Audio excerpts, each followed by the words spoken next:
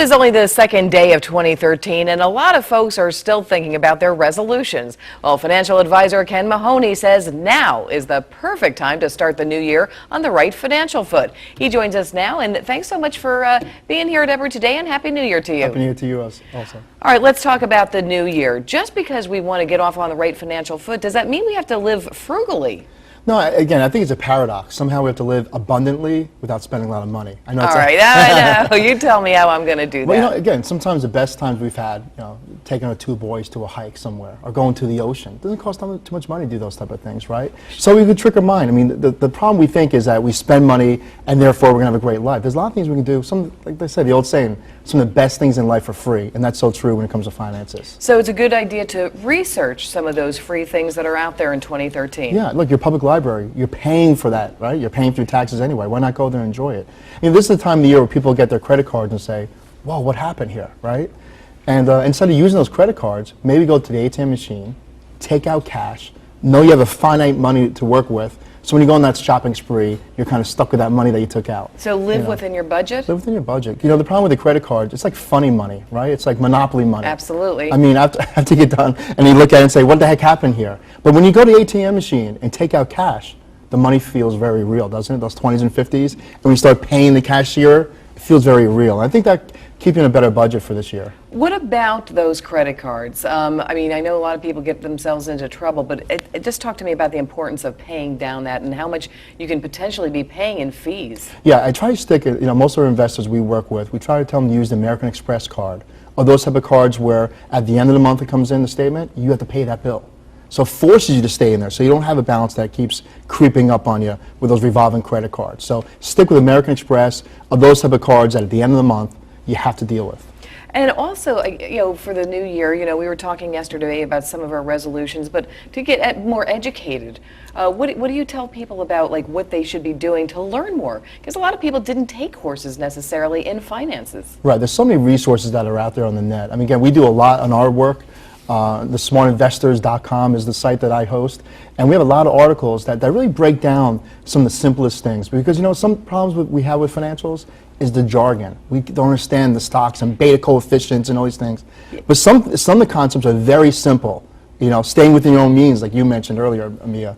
I mean, that's just a concept that just really works well now, and it will work well throughout the end of 2013. And I actually did a little research myself. I checked out some of the stocks that are under $5, and I made a little investment.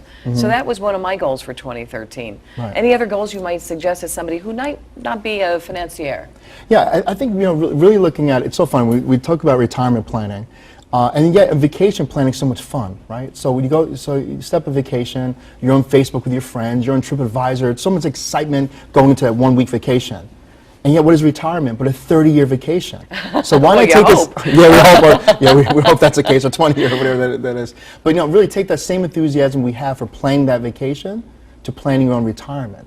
And you'll see that planning retirement can be a lot of fun, just like planning that week's vacation. What if you're one of those people that you've sort of identified yourself as a bad spender, you just don't know how to save? What do you do to break those bad habits for 2013? Okay, I have a suggestion for those viewers for that. Okay. Ready for this one? I got it. Okay, we look at our finances so rigid. You make $60,000 a year, and we spend $58,000 a year, we save $2,000. Okay. I'm talking about increasing your income this year, something that hasn't been talked about much. 2013. Okay. Now, let me give you an example. I have a friend who was an insurance adjuster by day, okay, but he loves scuba diving. Next thing you know, he teaches scuba lessons on weekends and the evenings. He takes a bunch of group of people and they go to shipwrecks. So it's something trips. he loves to do. Yeah, last year he made $30,000 extra. $30,000. All that went towards savings. Now this is important because it's scuba diving. What's his number? There you go. There you go. Maybe you can teach scuba after you learn. And look, there's people that want to be newscasters, just like what you're doing. Well, I don't want to know them because they'll take my job. But those students, may pay you a tuition for that. So, there's a way to look at your increasing savings, not always by being miserly and cutting expenses and not living abundantly. There's a lot of things we can do to raise our top line. And increasing your income is something I think could be one of your goals for 2013 for your viewers. And that extra increase, maybe it's $1,000 a month, maybe it's $500 a month, then go directly into savings. Now, I also want to talk to you about buying a car in the new year, because a lot of folks might need a new car.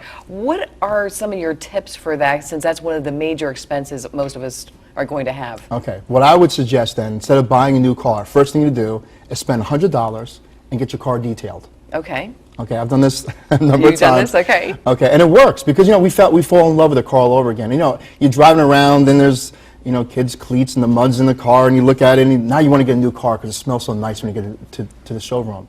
But before taking that step and getting a new car, take $100, get the car detailed inside and outside.